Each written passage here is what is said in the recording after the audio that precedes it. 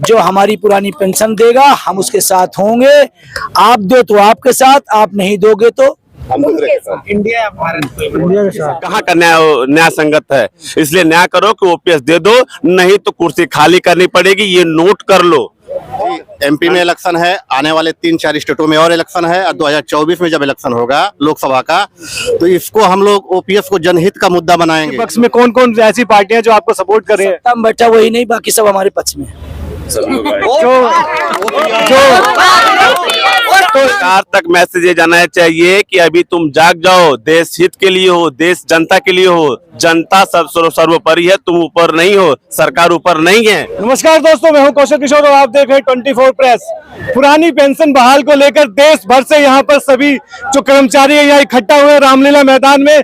आज दिल्ली के रामलीला मैदान में खचाखच भरा हुआ था। इनकी जिस तरीके से पुरानी पेंशन 2004 में बंद कर दी गई थी, अब इन जो कर्मचारी हैं पूरे देश से यहाँ इकट्ठा हुए, इनका कहना है कि पुरानी पेंशन जल्द से जल्द बहाल की जाए, नहीं तो इसका खामियाजा 2024 में उठाना पड़ सकता है। ये सभी कर्मचारी कोई यूपी से, कोई एमपी से, कोई बनारस, देश के कोने कोने से आए हैं। इनसे सीधा जुड़ेंगे और इनसे पूछेंगे कि पुरानी पेंशन को लेकर सरकार से इनसे अभी तक क्या बात हुई है और आज रामलीला मैदान में ये क्या प्रतिज्ञा लेके जा रहे हैं। सरकार आपकी बात नहीं सुनेगी तो क्या करेंगे? सरकार हमारी बात नहीं सुनेगी तो कुर्सी से हट जाएगी। हम लोग ये बिल्कुल लेने के बिल्कुल अंतिम पड़ाव पे हैं। जैसे 7वां फाटक है ना, 7वें फाटक तक पहुंच गए हम लोग। 24 सामने है, यदि सरकार देगी तो रहेगी, नहीं देगी तो चली जाएगी। और वो जो वही रहेगा जो ओपीएस को बहाल करेगा।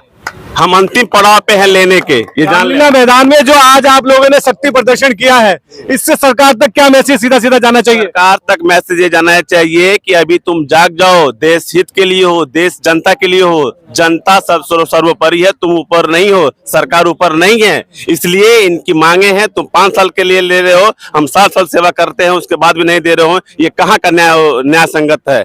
इसलिए न्याय करो कि ओपीएस दे दो, नहीं तो कुर्सी खाली करनी पड़ेगी, ये नोट कर लो। 2024 में क्या आप संदेश देना चाह रहे हैं 2024 के लिए इस रामलीला मैदान से? रामलीला मैदान से ये संदेश देना चाहते हैं कि अगर पुरानी पेंशन लागू नहीं की जाती है तो ये जान लीजिए कि उनको सत्ता में रहने का कोई अधिकार नहीं है और उन्हें सत्ताहीन कर दिया जाएगा। जो देश के सभी प्रदेश में जो जितने भी संख्या में लोग आए हुए हैं, सभी का एक ही नारा है कि हमें पुरानी पेंशन बहाली चाहिए, बस पुरानी पेंशन चाहिए। उसका प्रतिफल 4 राज्यों में जो राज्य के चुनाव हुए वो उन्होंने देख लिया और उनके प्रवक्ता, उनके जो मठाधीश हैं, इनमें मीडिया के लोगों को, जनता लोगों ने कह दिया कि यह ओपीएस की वजह से परिवर्तन हुआ है, कि ओपीएस नहीं दे रहे हैं। तो अब वो ओपीएस नहीं देंगे, 24 में केंद्र से जाएंगे, ये गारंटी है और हम अंतिम पड़ाव पे हैं लेने के। देखिए, पेंशन बुढ़ापे का सहारा होती है, क्योंकि कहते हैं जो पैसे आपके जेब में वही आपके हैं। तो आपको क्या लगता है कि बुढ़ापे के लिए पेंशन बहुत जरूरी है? एकदम बहुत जरूरी है, क्योंकि बुढ़ापे में ही पेंशन का महत्व है। आज तो हम जो हमको सैलरी मिल रही है हम उसका उपयोग कर ले रहे हैं, लेकिन बुढ़ापे में हमको किसी के आगे हाथ फैलाना पड़ेगा। हम उसी के लिए तैयारी कर रहे हैं कि हमें बुढ़ापे में किसी के आगे भीख ना मांगनी पड़े, हाथ ना फैलाना पड़े।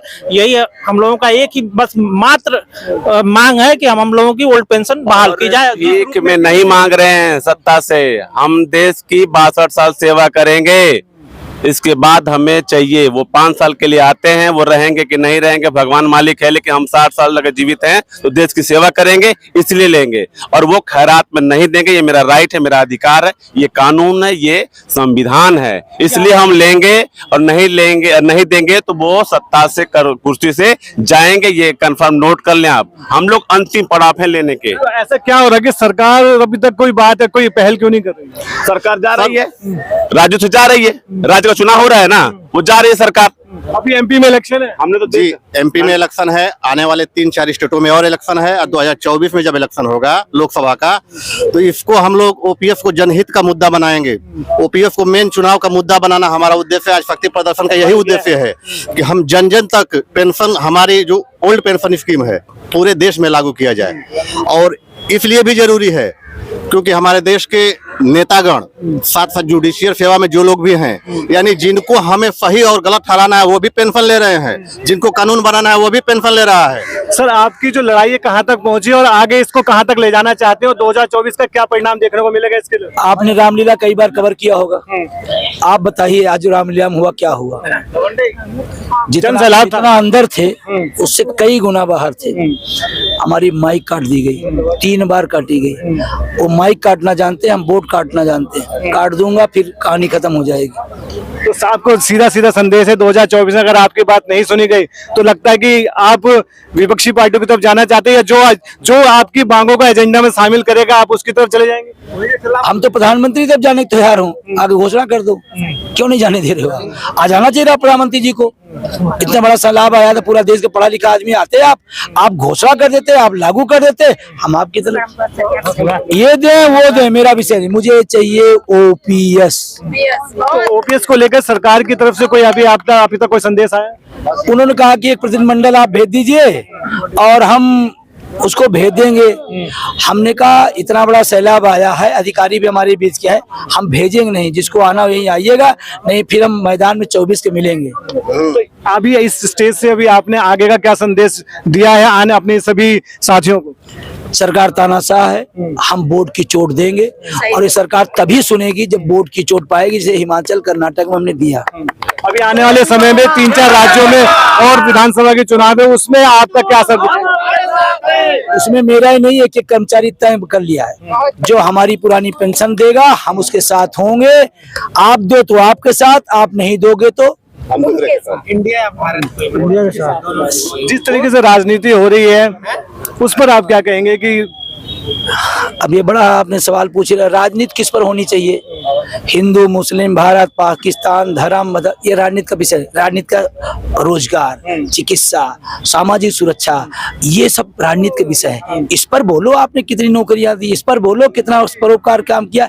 इधर उधर की बातों से कोई फायदा नहीं है। सामाजिक सुरक्षा, पुरानी पेंशन हमारा है, अर्धसैनिक बल पुरानी पेंशन से वंचित है और आप कह रहे हो कि बड़ा ठाठ और बाट, वो रो रहा है, दिन भर सेना में ड्यूटी करता है, रात में रोता है एनपीएस को सोच सोच के। अभी आपके पक्ष में अभी कौन कौन लोग हैं? आपके पक्ष में कौन कौन ऐसी पार्टियां जो आपको सपोर्ट कर रही हैं? हम बैठा वही नहीं, बाकी सब हमारे पक्ष में।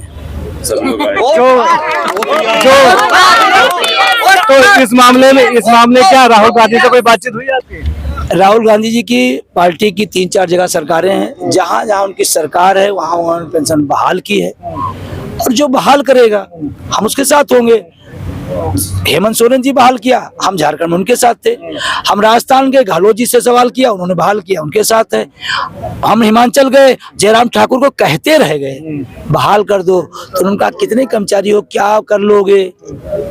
आज भूतपूर्व हो गए। आपका कहने का मतलब कर्मचारियों के साथ आम जनता भी अब धीरे धीरे जुड़ने लगी है? हाँ, आज वकीलों ने, किसानों ने, तमाम सारे ऐसे सामाजिक संगठनों ने इसका समर्थन किया है। ये जन आंदोलन की तरफ बढ़ा है और इसका आंदोलन को 24 तक हम घर घर ले जाएंगे। चलते चलते मैं सिर्फ आपसे लास्ट क्वेश्चन, आप कैमरे में देख के बताइए कि सीधा सीधा सरकार को क्या संदेश है आपको? सीधा सीधा पुरानी पेंशन बहाल करें, निजीकरण समाप्त करें। अगर ऐसा नहीं करते हैं तो बाबा भीमराव अम्बेडकर साहब ने संविधान में एक हमें ताकत दी है, न तीर न तलवार से पेंशन बहाल होगी, बोर्ड के प्रहार से। सर, क्या नाम है आपका? जी, विनोद कुमार यादव। अभी क्या डिमांड लेके आए रामलीला मैदान में? हम लोग पुरानी पेंशन बहाली की मांग कर रहे हैं कि उसको बहाल किया जाए, जो 2004 में बंद कर दी गई थी, उसको बहाल किया जाए, पूरे देश में बहाल की जाए। तो पूरे देश में बहाली की मांग लेकर आप लोग आए हैं, तो अभी तक क्या निष्कर्ष तक पहुंचे?